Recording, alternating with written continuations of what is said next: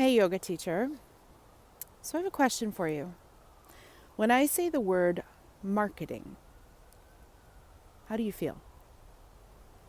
I know for me, for years, every time I heard the word marketing, I felt kind of like, ugh, like used car salesman, or like it made me want to kind of throw up in my mouth a little bit.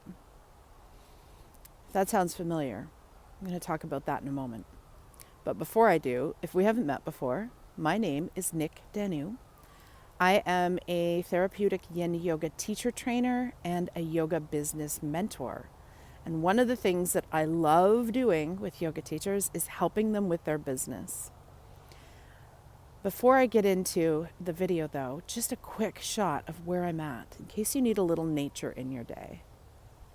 I'm sitting on one of my favorite mossy logs in this little sort of treed area, which is just off of Beacon Hill Park, which is on Vancouver Island in Canada, which is where I live. I live in Victoria, British Columbia, which is an island just off the west coast.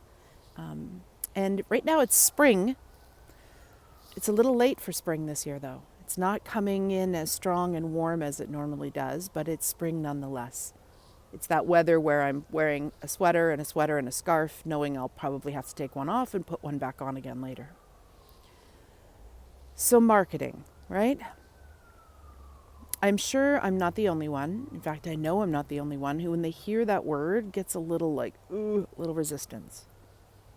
And when we were talking about that in my program, in my Marketing with Heart course, which is a 7-week program that runs once a year, where I walk yoga teachers through building a strong foundation in their business, and then adding the structures that they need to support their business so that their business can thrive and that they can serve the students that they're uniquely suited to serve. So that's one of my favorite things to do, and I love that course. And at this point, at this time in the recording, it runs once a year.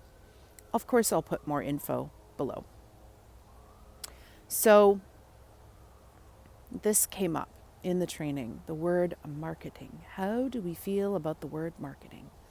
Well, if you, like me and many other yoga teachers, it starts to kind of feel a little slimy, a little gross, a little bit salesy, a little bit pushy. Please know you're not alone. So I wanted to just reframe it a little bit.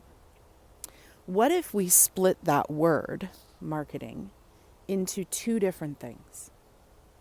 The first thing being relationship building. So when you have a website that's ideally suited to magnetically attract your students, the ones that are just right for you, and they read the words on your homepage, inevitably, if it's done well, they're going to go, oh my gosh, how did they know? How did they know this is how I feel? How did I know that this is what I'm currently struggling with? How did they know? Right? They're going to feel an immediate sense of resonance and connection and home. That's if, of course, your website is done well. Then from there, my hope is that you're inviting them to join your email list.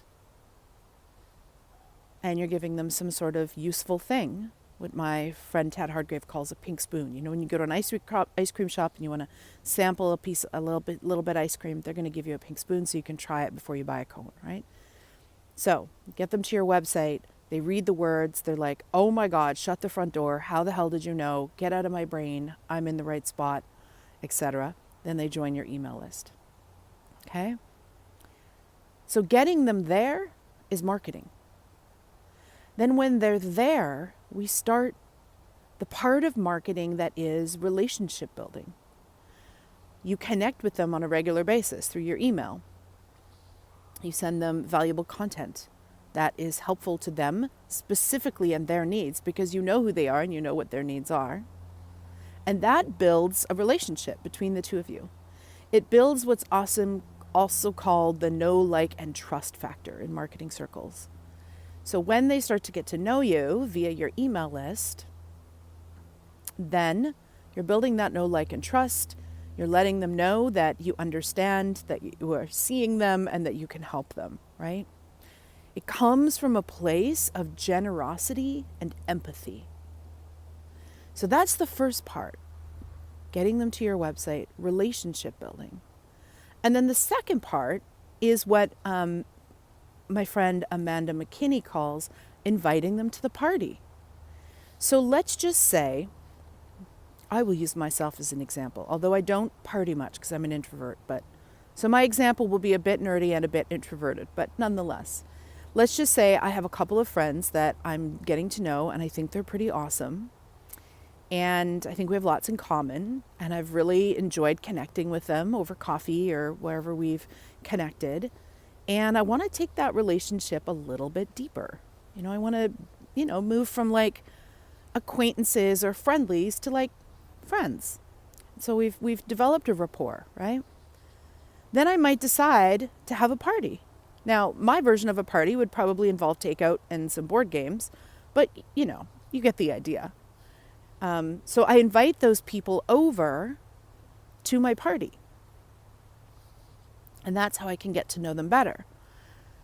So I'm inviting them to the party. So this is when you've had this opportunity to build the know, like, and trust factor with your students, with the ideal students. You've been serving them. You've been generous. You're leading with empathy and open-heartedness. And then inviting them to the party is just saying, hey, I have this thing. I think it would probably help you. Check it out and let me know if it's a fit. Right? So just like you would if you were inviting a friend over to a board game party or a potluck or whatever you do. And you'd say, hey, I'm going to have a couple of, like-minded friends over to play this board game. I think you'd really dig it. Let me know what you think. If it's a fit, you should come on over.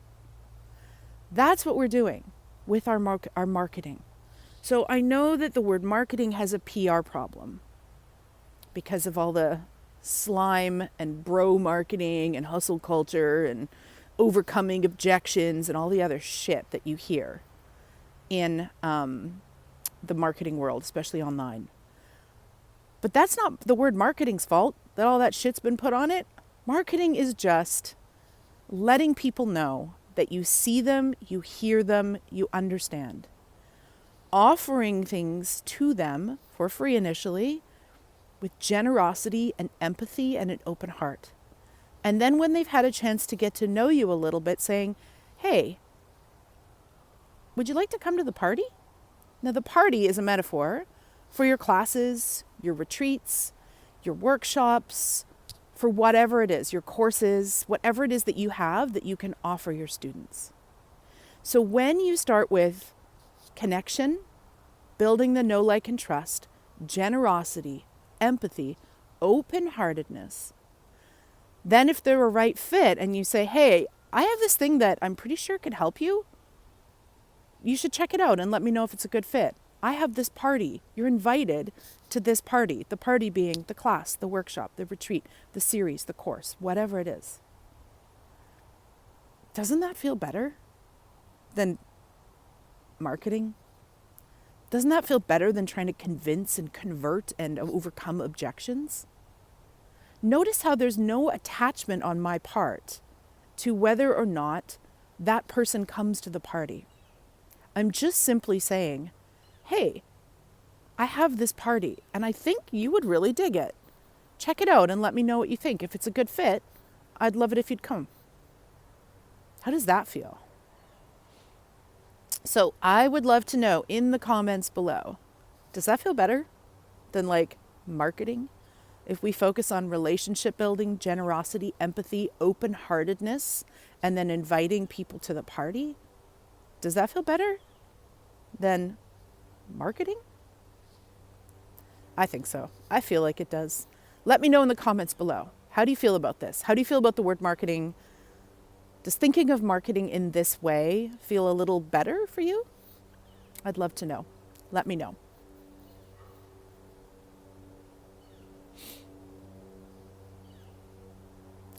And if you're watching this on YouTube and you're new to my channel, I would love it and be so grateful if you would subscribe so that you get these videos as they come out and click the little notification bell.